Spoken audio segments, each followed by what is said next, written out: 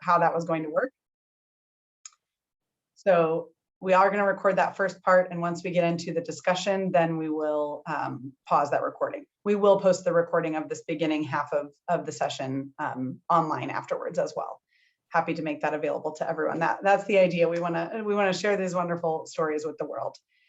So just as a very quick introduction, excuse me, Great Rivers Greenway is the organization with many, many partners that is leading the Brickline Greenway effort. And this is a public-private partnership to build one of many greenways in the St. Louis region. This one in particular stretches from about Forest Park to the Gateway Arch, from Fairground Park to Tower Grove Park, and a loop in the middle there. So we're looking at lots of different geography. It's 10 to 20 miles of greenway paths, which are a paved accessible pathway, separate from car traffic, where you can walk, run, ride a bike.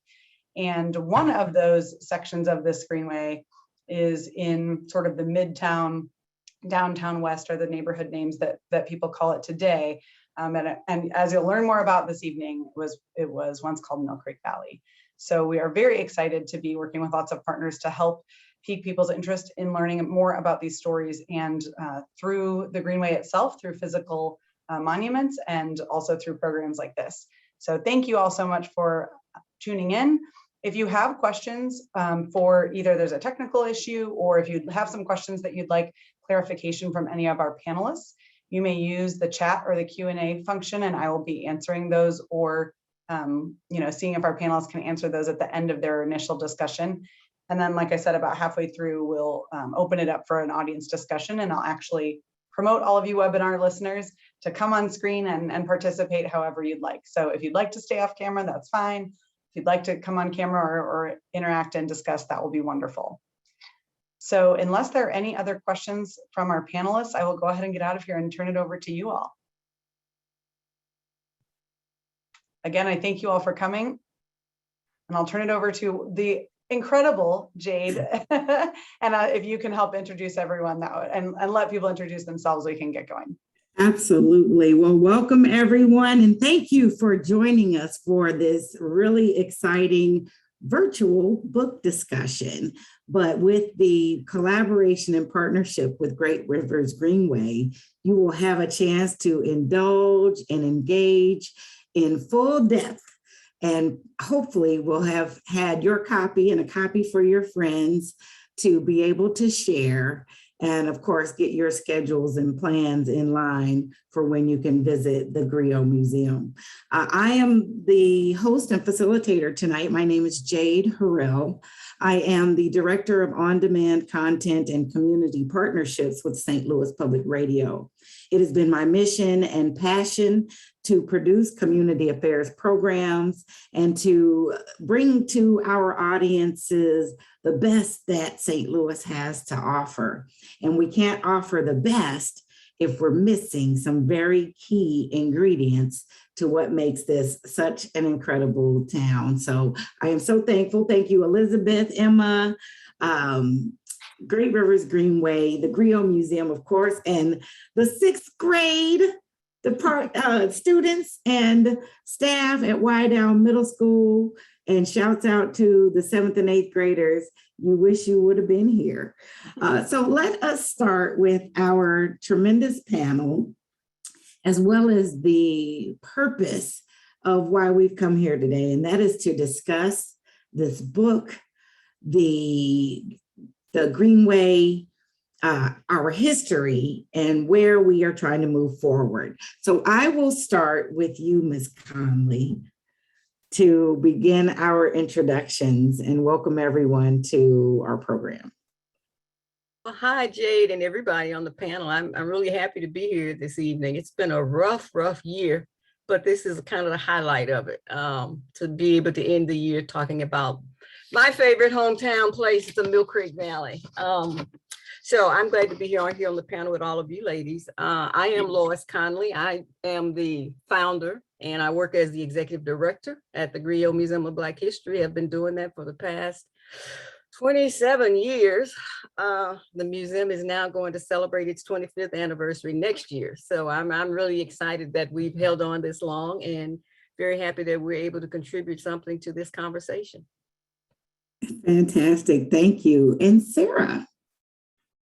All right, I'm super honored to be here amongst all these distinguished guests. I'm a sixth grade social studies teacher at White Elm Middle School, and just super excited and passionate about including all of St. Louis history from all the neighborhoods. And so just really excited to be here and join in. Fantastic. And for the lady of the hour, Miss Vivian, welcome. Well, thank you. Jade, I'm Vivian Gibson. I'm the author of The Last Children of Mill Creek, publishing that book in April of 2020, and it has changed my life. Prior to that, I was just retired. Now I feel like I'm a working author, but I'm so proud to have published this book and to be here tonight to talk about The Last Children of Mill Creek. Well, we can't begin a book discussion without getting a little taste of that fancy book you got there. So I definitely would love to have you share an excerpt for our listeners and our viewers, a little bit about the Brickline Greenway, and it was mentioned earlier, but just to restate, it will honor the once thriving Mill Creek Valley neighborhood with incredible art monuments from Damon Davis along a 1 mile stretch of Market Street from Compton Avenue to Harrell State University, another key part of this being a milestone, to 20th at St. Louis City Soccer Club.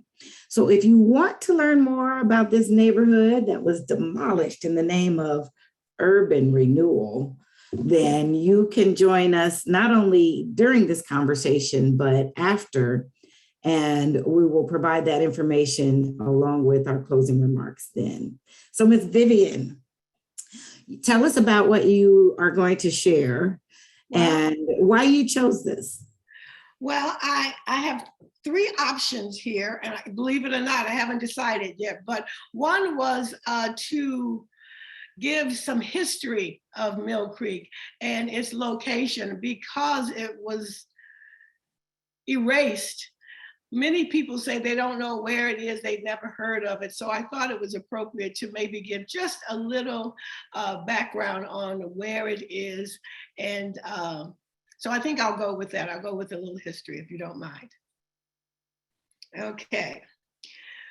When I was in college, I read about the wave of African Americans who left the South by the thousands during the first Great Migration between 1900 and 1940. My parents never mentioned it, but they were part of that exodus.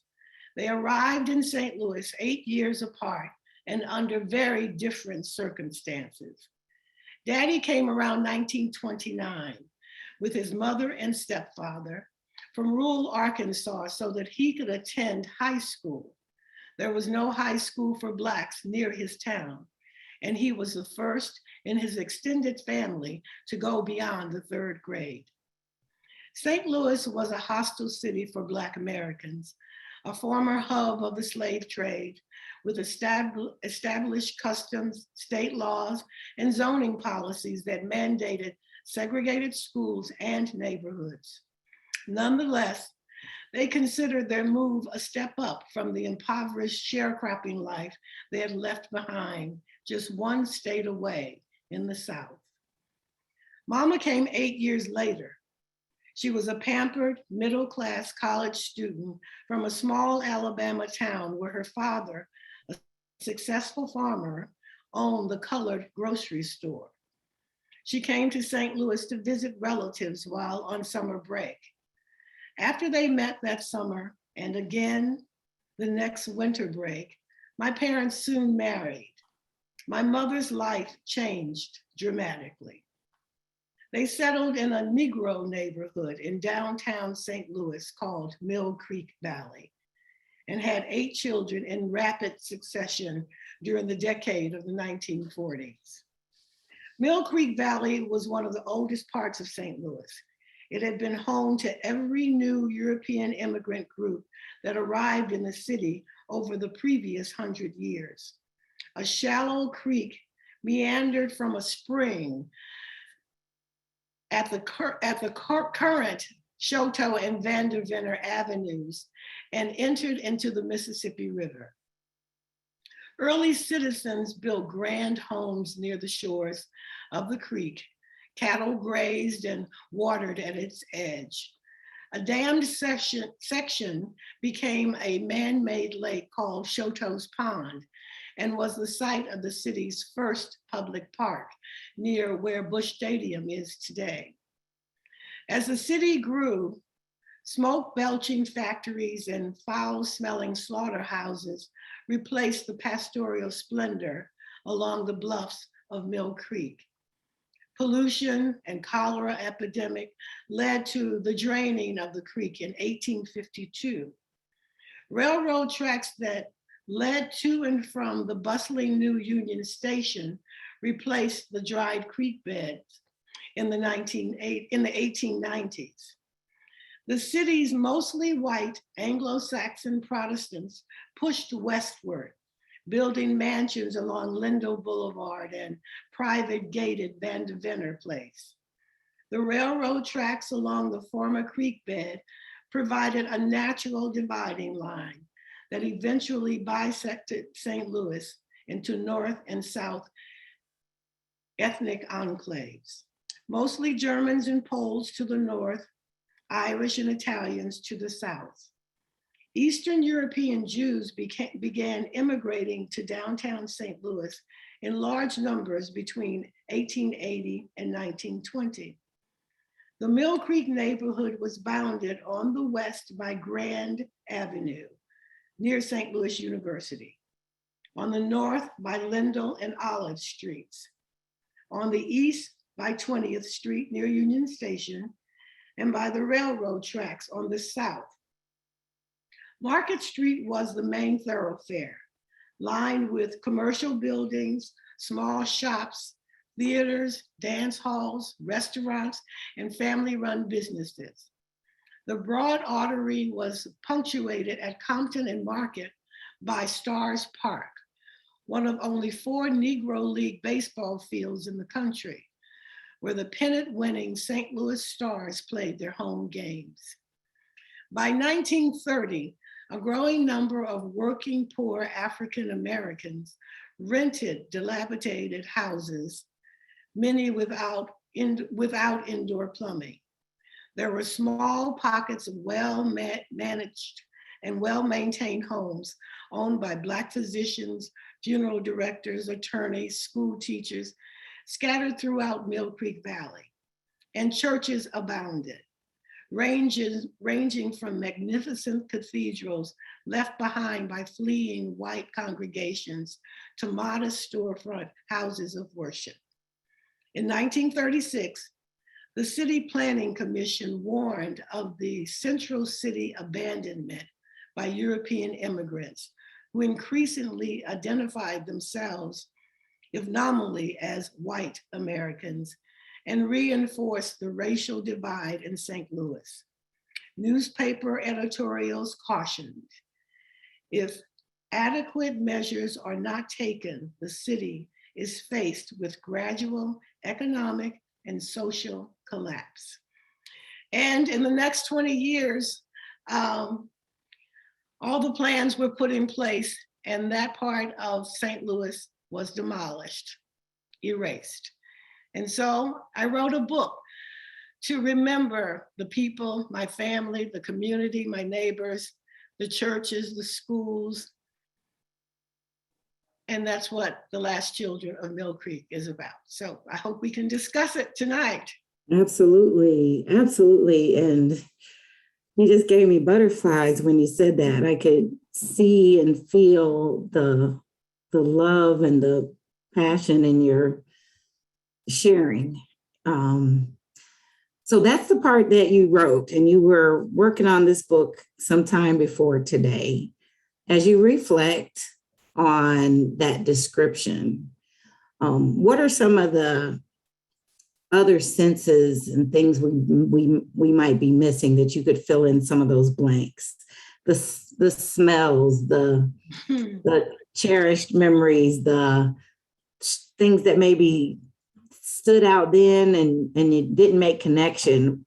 Fill in some of that color for us as you reflect today. Well, your certainly, there's the sense of community that I remember, and that's probably the most vivid memory of a people, a community, a space, a culture where, as children, we felt safe and protected. And frankly, I didn't know that it was a segregated community. I didn't even know what segregation was. When you're a child, your world is maybe 2 or 3 blocks. And so I wasn't aware of what was going on in the adult world.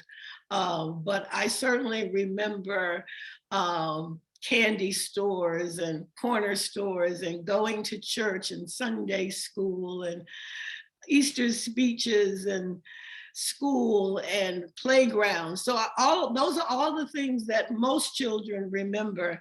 And it was important for me to make sure others acknowledge that that existed once in a community that does not exist anymore.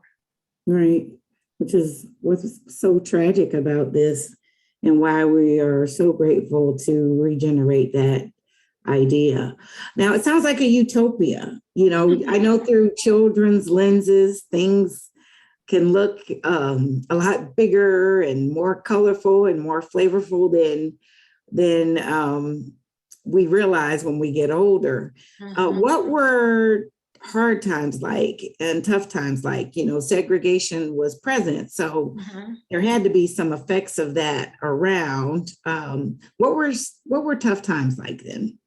Well, I don't know. I wrote this book from the perspective of a child. And when you're a child and you're not hungry and you're not abused, you know, that's all you know. And that was all I know. We didn't have television and cell phones and 24-hour news. And we played outside all day from the time we got up until the lights came on at night. And so I think part of what occurred in that community for me was that my parents, who knew very well about racism and prejudice, protected us from those things as best they could, as long as they could. And so if all I know is what I know, this book may seem a little Pollyannish to some people. I hope not, because I wanted to convey that we had a very full, supportive life. And so I just was not aware. So what I did was try to tell the story from a child's perspective, but trust the adults, the people reading this book, to know what was going on in the world and that we existed with all of that going on around us to have a full life. That's actually a perspective I really appreciated, that it was absent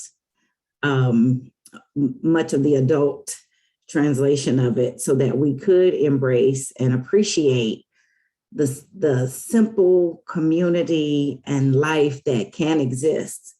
The struggle with poverty and racism and discrimination and unjust laws has been such a story for so long that it maybe we're calling it utopia because it seems so odd that there could exist a place. Is this Oz, I say, you know, how do we find it? And Sarah probably can connect and relate to this, in that she's working with young people who will need to be able to form and stand in ways differently than we were able to as children, but yet not take away or lose the joy and hope and simplicity of life as a young person, but somehow be able to translate what has occurred and the things that maybe the children can embrace to prevent and stand in the gap for that happening again. So Sarah, as you hear these reflections, are you from St. Louis? Okay. How does this line up or compare to your childhood around that age that Vivian is sharing?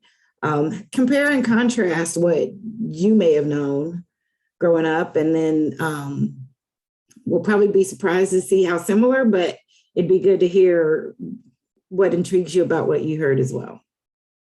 Yeah, I mean, that's kind of one of the reasons I chose this book for my students, is I really wanted them to understand the complexity of this time period, and that we have, really told history from a little bit too much of the heavy side and not balanced it with the positive. And my life growing up was, I had very overprotective parents, but I remember candy stores and getting to go with a friend escorted to a candy store down the way that's no longer there, and turned into an antique store like halfway through our childhood. And I remember we were all just like outraged.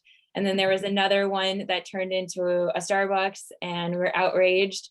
And just but it was a place of safety and love. My parents could trust that the neighbors were there to look out for us and to support each other. And we all just, had that community and that support system. And I think of that as so, so important for everybody. And something that I think about is that I don't think as enough, we honor that importance of those intangible, unmeasurable things that are almost arguably more important than money, that they are like, where I live right now, like my neighbor, when I wasn't home, was always looking out for me. And like, just even that feeling of knowing somebody is there for you whenever you need it, I think is incredible and so important for kids and for adults to grow up and to feel a part of and to be involved in. And so, I think about being protected and having a lot of trust. And it was a really simple childhood, very similar to Vivian's story. As it should be. Lois, we know that the last children of Mill Creek Valley is a true gift. I noticed in the chat, Mr. Chester said the same thing. With your call, your mission, your impetus to create the Griot Museum, when you found out she did this, what kind of gift was this for you and the work that you do and strive to preserve? Thank you for that question. It's interesting.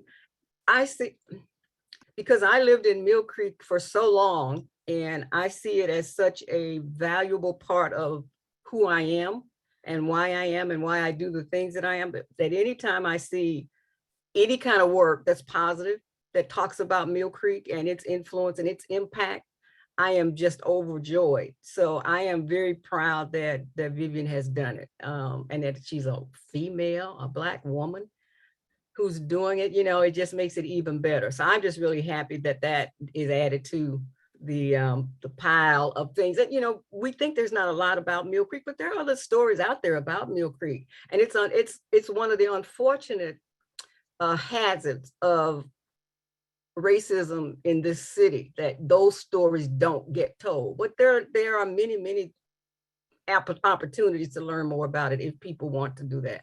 But I'm glad that we're doing it now, that Vivian has made a more recent contribution, and that we can begin to uplift that conversation again. Mm-hmm. And I know that we have different, and Vivian, I've talked about this a little bit, we have different remembrances of our history in Mill Creek. And I think it's due partly to two things. One, that Vivian is a little bit younger than I am. And my family lived in Mill Creek a whole lot longer, probably twice as long as she did. And so naturally our experiences and even our reflections of those experiences are different. I would love to hear some of those reflections as well. If you could juxtapose them to Vivian's sharing even, because perspective is key. It's nice to hear how universal community and candy stores is, but the same way you noticed the candy store disappeared, probably noticed that people were disappearing too. And that exodus and the things that were evolving maybe looked a little different to you, but I would love for you to just share some of your remembrances as well, overlaid with Vivian. Well, I think a major difference, and maybe, well, again, the ones I've already mentioned, but we lived west of Compton, closer to Grand, and a little bit farther away from the river and from the railroad tracks. So we, and I laugh every time I hear Vivian's story about, we didn't have the rats. We didn't have that fear of the rats, right? So immediately in our past. Actually, though, we didn't really experience rats until they started to vacate the houses and the demolition started. And then the rats looked like cats. They were huge. And from a child's perspective, even then, they probably weren't that big, but it seemed that way to us. So I think because of one, just where we were in the community may have been a difference as well. But I remember it again as being a very solid, very strong community, very protected community. And you talk about segregation. If it was segregated, I mean, I thought that was how it was supposed to be. I like Vivian's folks, where our folks didn't talk about it. You could hear rumblings of it in adult conversations, but when you walked into the room, things got quiet. So it wasn't dwelled on. I didn't know about racism and segregation in its truest form until I, left Mill Creek and went to college and started in the work world. That's when I experienced racism. But in Mill Creek, I guess what impressed me most is that there were families. Most of the families I knew were two-parent families, and there was usually an aunt and a grandma and other extended family members. Everybody seemed to have children, and usually more than one. So it was an energetic, energy-filled community. We were very active, but it seemed as if we all did things together. When it snowed, everybody put on caps and gloves and galoshes and went out in the snow. Everybody, if there was one sled on the block, everybody got to ride the sled. So it was just a strong sense of community. I guess for me, it was probably why I feel very strongly committed to community now. Even as Mill Creek, as I look back at how Mill Creek was demolished, I keep thinking that those early years made such a strong difference in my life. Even though I lost friends and we lost relationships, and I don't think it's ever been that, I've never lived anywhere since where I've had that kind of relationship or that kind of sense of community. I think it started in my life early enough that it was embedded deeply enough that I still have a strong respect for it. And I think I kind of dwell on it. My folks had come to St. Louis in the 20s. In fact, my mom and dad were born in the mid-20s, right? One on Compton and one on Market Street. Then we spent all of our time in Mill Creek. I mean, I learned to swim. Most of my brothers and other kids in the neighborhood learned to swim right there at the Vashon Community Center. Learned to play basketball. Had my first crush on a guy at the community center. Learned how to do the chair dance from Miss Lyles, who was we thought just a fabulous dance instructor. But I went to Vashon, loved going to Vashon. It was a place where, again, let me just back to say, Mill Creek was a place where if you went to school, there was generations of kids, families who got taught by the same teachers. Mm-hmm. So Miss Kellogg taught my mom, Miss Kellogg taught my brother, Miss Kellogg taught, and it was such a strong community that it was not unusual for a teacher. If you were misbehaving or if you weren't performing to the level that your predecessor had, your earlier, an older brother and aunt, they'd come to your house. You know, they just walk to your house and knock on your door and you go, oh Lord, there's Miss McKnight. Wonder what she's gonna, you know. So it was that kind of strong community that I remember. I think part of that was because they also lived in Mill Creek, many of them. Exactly. Your school teacher could also be in a social club with your mother or Absolutely. attend your church. Your school teacher could also be your Sunday school teacher. More than likely they were. Yeah, and so my father came to go to attend Vashon High School, but my oldest sister also attended Vashon High School while she's still living in Mill Creek. And my father lived most of his adult life in Mill Creek and lived probably in 5 different locations within about a 4-block area of Bernard Street and Spruce. And everybody knew him, you know, my father had 3 jobs. And so he'd go to one job, leave home at 5 in the morning, get back home exactly at about 4:45 at night, sit in front of the TV, eat his dinner, and then leave to go to his second job that he walked to because it was in the neighborhood. And you could almost set your clock by my father leaving for work, coming home, going to another job, coming back from the other job. But it was that kind of a place. I talked earlier about some of the homes being more dilapidated and others being very nice. Lois probably lived, as she said, it was close to the Grand. That means that it was in some of the nicer homes in the neighborhood. But it was a well-rounded community in that regard, a full community. You had all the doctors, the lawyers, the teachers, everybody in your life lived in that segregated community. And I hate to even think that there was anything positive about segregation. If there was, it was that we had to rely on each other, and we did. We created our own institutions and we supported each other and had the fullest life that adults could have for children, produce for children. And I think that made me, and certainly probably Lois, the people we are today in terms of how we approach our lives. I sometimes, going back to children, I sometimes worry about how children are not protected from the harsh realities of life today. How a child that was 8 years old, like me, when I was how old I was when I was writing this book, if I knew that I had to be afraid of the police or I couldn't play outside because of gunshots, or I wonder what effect, long-term effect that's going to have on our children today, where our parents really did protect us from that because they went through it as children themselves. And the other thing about that, Vivian, is what I recalled is when we had problems in the community, if there was a drunkard or somebody who was misbehaving or was a threat to anybody in our community took care of it. Mm-hmm. We didn't have to rely on the police to take care of it. They would call you up, you know, and they take care of you and you straighten you out, and you'd have to get out of that neighborhood or you'd have to do better. They just did not allow for it because everybody protected everybody else, as I recall. Yeah.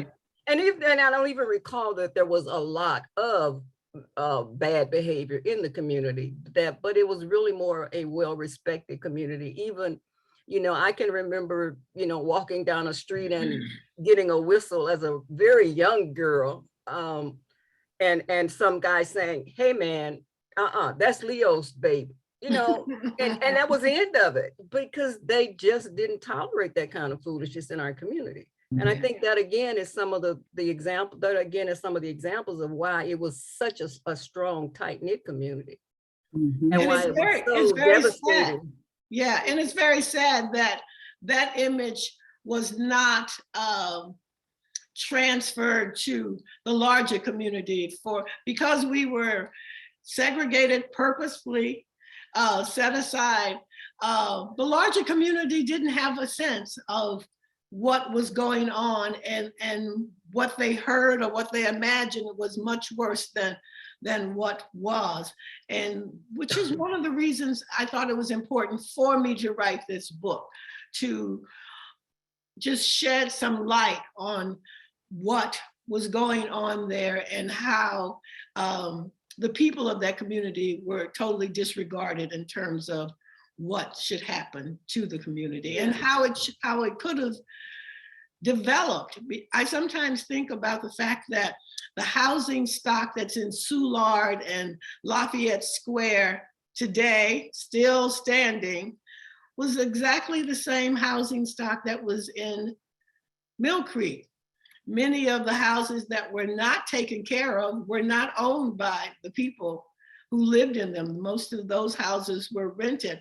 And in 1936, if they were already talking about that community had to be destroyed, the people who owned them had no incentive to do anything better for them, to install plumbing, hot water, bathrooms, that sort of thing. And that's another comparison that Lois and I have had. She had an indoor bathroom, she had hot water, and she didn't have, I have to tell this story. Lois was kind enough to allow me to read excerpts at the museum, at the Griot, very early on, before the book was even published.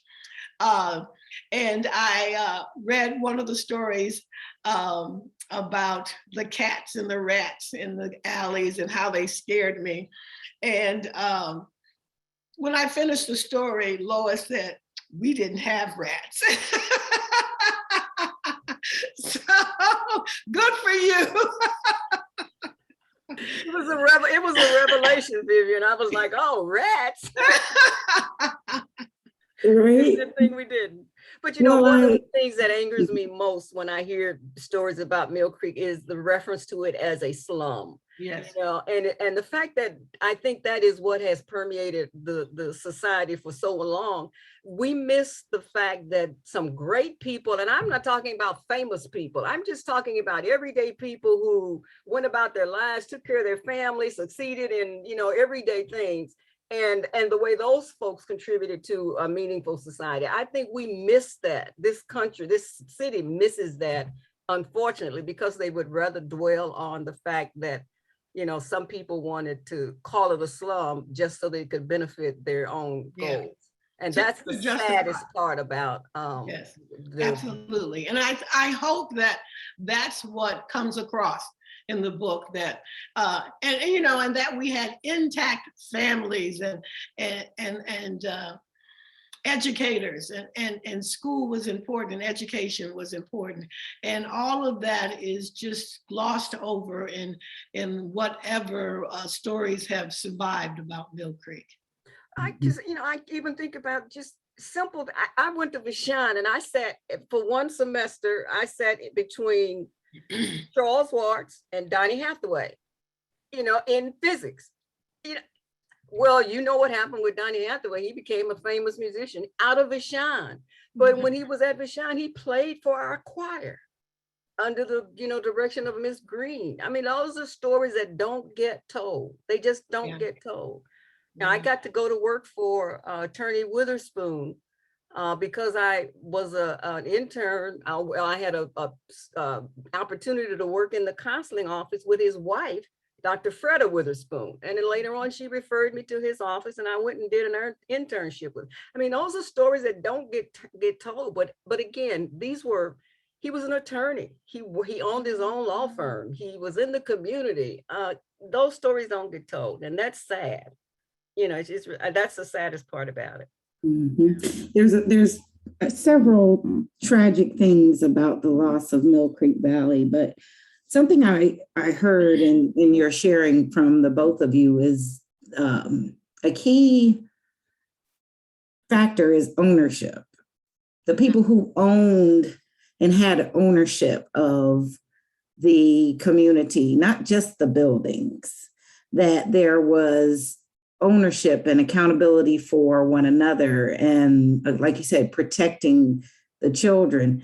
Our children are not able to really say the same story, and ownership is much less. But would you say that is like the one catalyst or thing that unraveled this all? Or what would you say disintegrated this great community and how it was functioning? Well, if you were to basically the location. I mean, it was a land grab. It was a land grab. It was in the center of the city. It was the oldest part of the city. And it was ideal. They had the city laws and zoning laws and had relegated us to a certain section that was the oldest part, of course. But as time went by, that became the most desirable part of the city, and they wanted it back. And when money became available from the federal government after World War II, first of all, after World War II, there were jobs that needed to be had by white men. They needed to employ these white men. And federal money was available to build highways, and those were jobs programs primarily. They created these highways, and the white men who got the jobs, the construction jobs, took those highways to the suburbs, and then the city died. And so that wasn't even really a good plan for what to do with the land, because it was the city, that was the beginning of the end of the city. The population went down from that point on till now. Well, yeah, and it was one of the largest tracts of land that would allow them to do what they wanted to do. And they had control over it. They could just, do as they did, and they pleased, and that's exactly what they did. It was a tremendous. We didn't, when the destruction began, as kids, we didn't know that's what was happening. But we lived in two houses in Mill Creek, one on the opposite side of the street and one on the other, just across the street. One was a 4-family flat, one was a single family house with a yard. We thought we were set for life. And then suddenly we started seeing rumblings of things happening in the community. Before we knew it, the government came and told us they had to take a portion of our backyard. Well, the portion of that backyard that they were taking is now Market Street or Forest Park, 60-40, whatever, 64-40 now. Well, what that meant is we no longer had our garden that our dad had taught us how to use, and how to eat and how to cook the food from it. So I think they thought only about the opportunity to make this highway without thinking about the impact that it had on people's lives. And that's what we still do a lot of. Yeah, unfortunately. Unfortunately. What you're speaking to is also the traumatic impact of this on a people. You would think with such bonds and such a strong fabric that, hey, we could pick up and do this anywhere. But unfortunately, not only did it rip away the things that were just your basic infrastructure for living, restarting all of that and reconnecting and recommuning and being able to utilize things that were right there in the neighborhood, whether it be for exchange or for actual commerce. The traumatic toll is that what did this do to a community's resilience and spirit that prevented us from regrouping even after that somewhere else? Well, I think a good part of that was the fact that many of those people did not own those homes.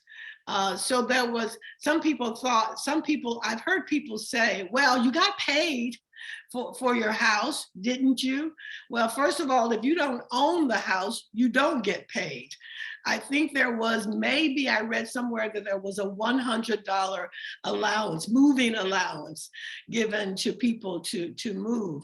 So only if you owned your house did you get something for it. And historically, people who are displaced in that manner don't usually get the market value for their house. But even so, what would the market value have been in Mill Creek? Would you have been able to get enough money to move to another part of the city? Now, it took a while for a bond issue to pass so that they could even demolish that community, because white people in the city and county who had to vote on the bond issue voted the first one down in 1947 because there was no place for us to go. We had been told, you stay here, you can't live next to me. And the voters said, okay, that's all well and good, but where are they going? They being us in Mill Creek. And so between 1947 and 1954, when the bond issue actually passed, they had to go through and come up with a new scenario for what was going to happen with the people of Mill Creek. And that was when they built Pruitt-Igoe. So the plan then was, oh, they'll go to Pruitt-Igoe public housing. When in fact, we now know that only about 30% of the people who lived in Mill Creek actually went into the Pruitt-Igoe housing projects. But you have to also remember that Black people at that time were on the lowest echelon of salaries and jobs. And even though the housing in many cases was substandard, it was all many of them could afford. So if you had to move out of the neighborhood, and if you were heating your house with coal and wood and a wood burning stove, as we were, to suddenly move into a larger house and have to take care of it and heat it is a huge undertaking. And many people could not afford to even move to better housing, and in many cases had worse housing to move into. Yeah, just to speak to how you destroy the resilience, I think we have to note the fact that once the displacement began, there was never a cluster again of that community. Everybody went everywhere, and so there was not that opportunity to continually support and protect and be there for each other. And that has never happened anywhere else again. And I don't think it ever will in that way. Well, you have to wonder, even would that be possible? There's so many layers to how that, we say disappear, but one word that keeps coming to mind for me is disintegrated. Mm-hmm. The integrity of it was dismantled. And among the tragedies is that we didn't see something like that again, or even a chance to expand. What if Mill Creek was the beginning of what St. Louis could really look like? We hear about how polarized and how really segregated and separated we are now. To hear that all of that was there, the seeds of that was there, is a bit disheartening. But we have hope and opportunity and scarcity. Thank goodness for your delightful childhoods and memories to take us there and be our time capsule. I want to know, what can we learn from Mill Creek that could really make a difference in our lives today, in our communities today? And I'll start with you, Lois, and then you, Sarah, and I'd love to have you close us out in our initial conversation, Vivian, with that point. What can we learn from Mill Creek, Lois? Well, I think we can learn a lot, but one of the things I think that's important that we learn is that we have to take control of our own destinies, and we can do it. We can do it. We have done it, we've also taken control of the destiny of others as well. So we have to continue to fight. We have to continue to draw from those strengths that we grew from years ago, that nurtured us and got us to where we are. We have to understand the need to give back. We can't just be recipients and not think that we have a responsibility to give back. Because if you don't give it back, that's when the disintegration continues. So I think each of us has to make a personal commitment to be responsible to our communities in general and to give back. Thank you for that. is it harder for us to do it under these circumstances? And since, our early communities, this is not, a unique story. There's so many towns, USA, that have fallen to the same fate. Is it harder to do that? And I wonder if our Mill Creek forefathers and mothers just got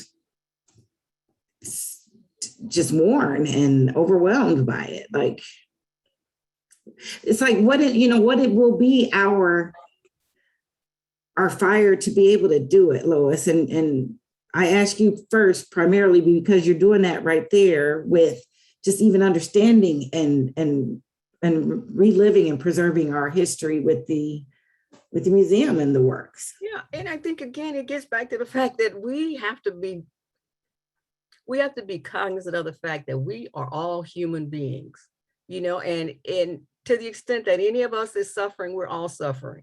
And if we don't know each other's history and we continue to think we are privileged just because, we will never get over it. So we've got to work on ourselves as individuals. We've just got to begin to think about who we are and who we are in respect to other people. Not so much as to not so much as to what other people think we are, but who we actually are, and be able to embrace that and then go forward with it.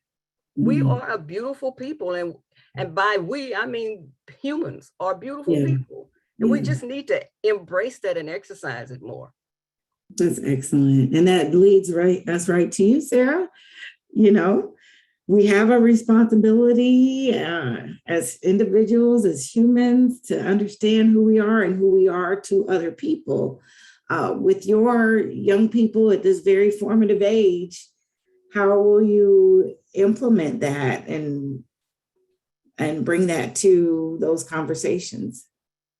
So, I mean, I think I kind of believe that my job is to tell the more fuller picture of the United States. So I teach kind of American history, and I feel like it's really important to flesh out the history that has been told and expand the narrative to include and to humanize. So one of the things I really worked with my students, we just got done kind of looking at Indigenous people and understanding them as humans and not just kind of victims of some really tragic things, and not to discredit or to downplay those tragic elements, but to also play into who they are as humans. So kind of similar to Lois, like the community and everybody. And I think when you humanize people, you start to humanize these stories, and you help students understand that there's multiple stories to be told in every city across America. But we're here in St. Louis, so here in St. Louis, and we understand that that we can empathize and we can see them as and these stories as people just like us, and we can relate to them. Another appealing thing about the book was having my students, see a childhood, a window into childhood. And of course, kids love learning about kids. They're at that age. And I do think we have that responsibility to understanding, that celebration, but also, why this neighborhood disappeared, so that we can keep our eyes and ears open. It is continuing to happen. The language has changed just a little bit, but some of the language has just not changed that much. Renewal is just revitalization. And so teaching the kids some of these key words and using examples so they can see and they can hear when this is happening again, and understand that when we do these things, there are consequences, and those are real people, and those are real communities. They are not just a bunch of fallen down houses as it's painted in the newspapers and the Post-Dispatch, and that was their excuse and their justification. But it's not just that. It's people, and it's people's lives, and it's their communities, and it's everything that is important and that these kids value and need, and that it's happening in other places. And so I think whether it's kids and adults, part of what I see my role is helping people understand that this is what happens, and, to make it harder and to understand, if this is what we're going to do, then this is that we're talking about real people here, and we're not just talking about kind of like James Baldwin said, it's not just one people that's kind of out in the clouds. You bring it home and you bring it to the heart. And then maybe it gives pause to what's being done and find some alternate solutions, or just acknowledge that.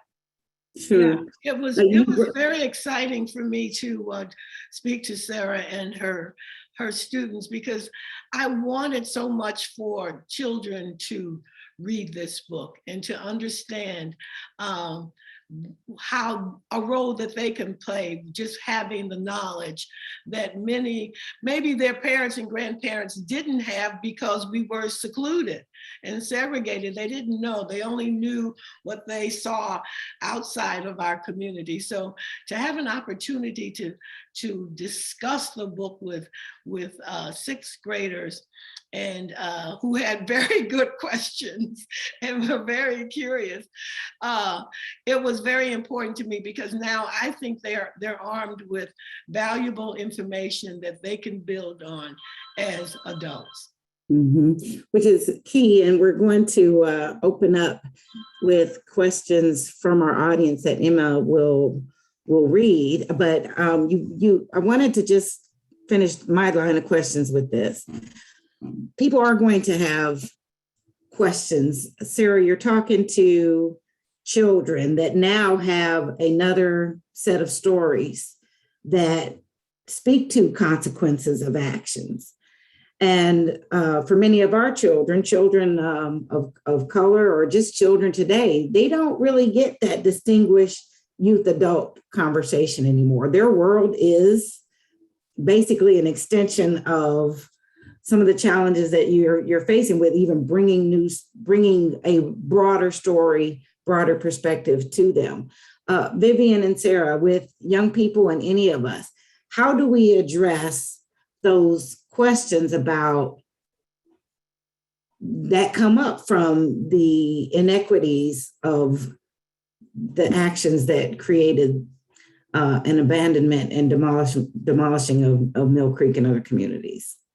Like, how do you even? Sure, Sarah got a lot of those questions, Sarah, did you?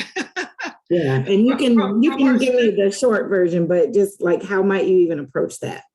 Well, Sarah, were there questions that came out of both reading the book and having a discussion with me that surprised you, that your students had?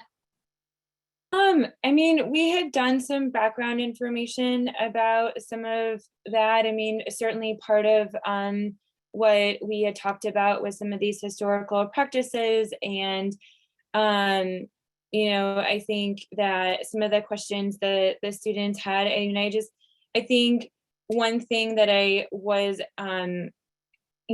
they always seem like they're not paying attention until there's output. Like, one of the kiddos really didn't seem engaged, and then she made this beautiful podcast and had such thoughtful answers that gave my co-teacher and I like little bumps on our arms, because she just, like, for example, the teacher asked her, why were the streets not the way, why weren't the streets bumpy? Why are the sidewalks broken? And she's like, well, the government didn't take care of them. They didn't take and pay for the repairs, and that was the government's responsibility. And it was just awesome to see like these connections that we weren't even sure were like getting through. And parents telling me that the kids were going home and having these discussions. And again, it's just about having those discussions and understanding some of the complexities. And I was just really encouraged by the way that I think they really got it. I think they really understood a lot more than even I thought they were getting. And I thought that was really neat to see. Really great. Emma, turning back to you so we can engage some of our viewers and their questions. Absolutely. We have time for just a couple, and then it will be the audience's turn to join the panel and we can have a discussion. But quickly, I did want to summarize. There were a couple of questions from folks about the adjacent and or neighborhoods after. So if any of you, but probably Vivian and Lois will know this best, talk about the Mill Creek Valley relationship to Clead town and the Ville. I know that's a common question that we're getting a lot as well. So if you all could speak to that, that would be very helpful. Well, Clead town, an interesting thing that happened with Mill Creek was the city fathers, I keep calling them that, I don't know what else to call them. One of the reasons, one of the criticisms early on with the bond issue was that there was no place for the residents to go. And there was a promise to the residents of Mill Creek who were being moved out that they would be the first to come back and to come back to better housing.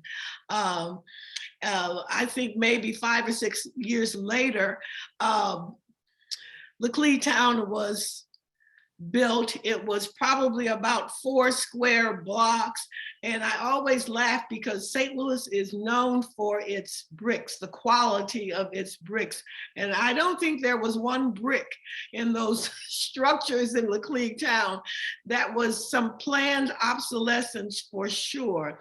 But it was also a kind of design community.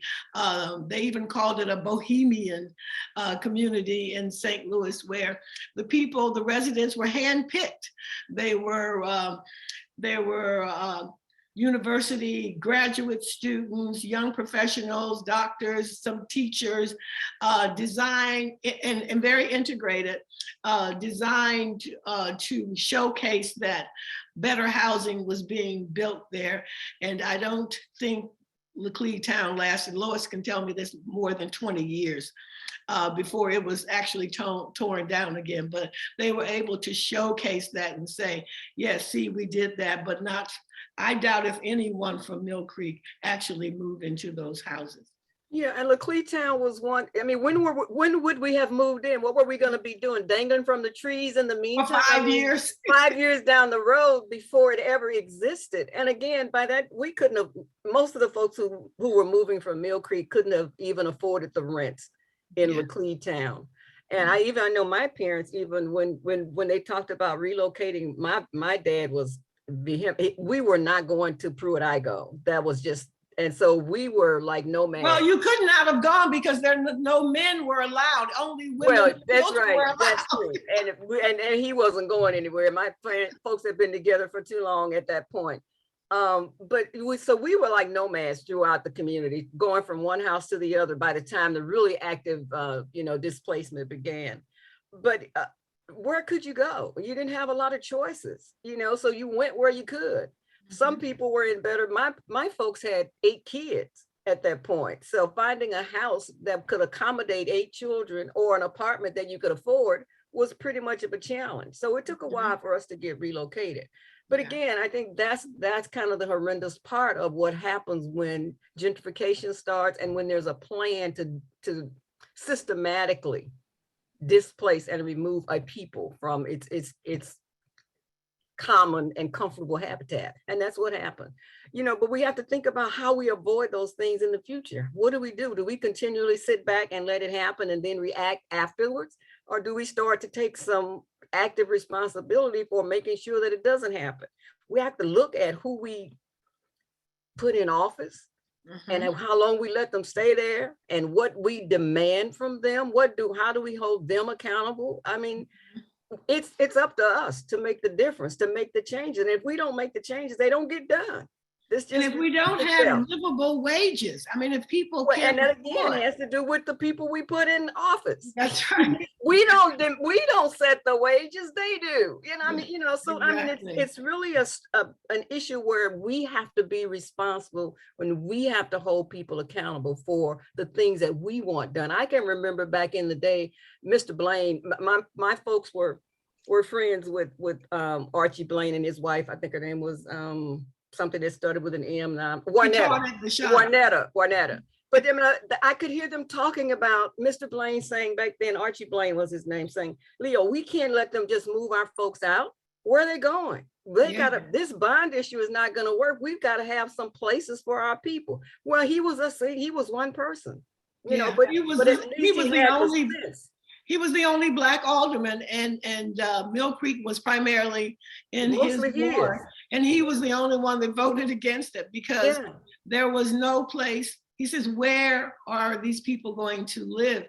And frankly, there was then another red line drawn to decide where Black people had to go, because they had to show that we were going someplace. Somewhere, yeah. Someplace else.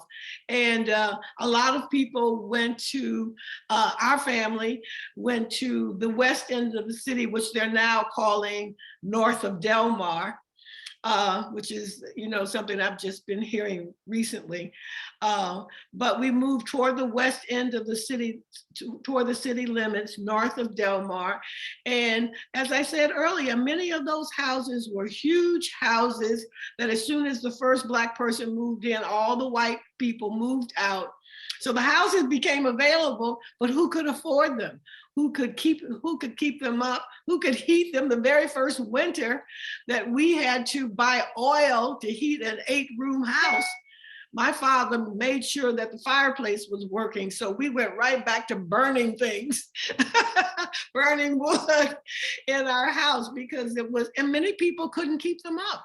So it was a matter of maybe 10 years before the community, and there was disinvestment in those communities, all the stores and the drugstores and the bakeries that were there when we came the next year, they were all gone. The schools were overcrowded because, again, they drew a red line and funneled everybody into the same community.